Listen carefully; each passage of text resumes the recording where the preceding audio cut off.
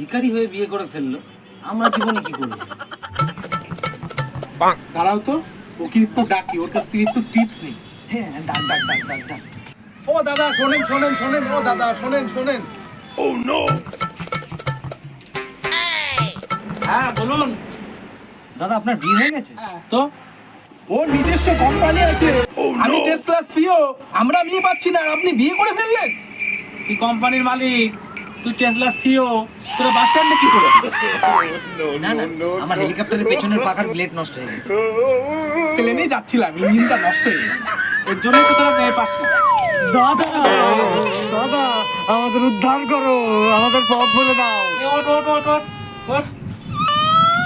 আমাদের উদ্ধার করো। তুই বিয়ে করবি, তোদের কি যোগ্যতা আছে? বিড়ি খাস, মদ খাস, গাঁজা খাস, জুয়া খেলিস, তাহলে তোদের বিয়ে কি করে হবে? তোমাদের ট্রেনিং দিই। দাঁড়া দাঁড়া।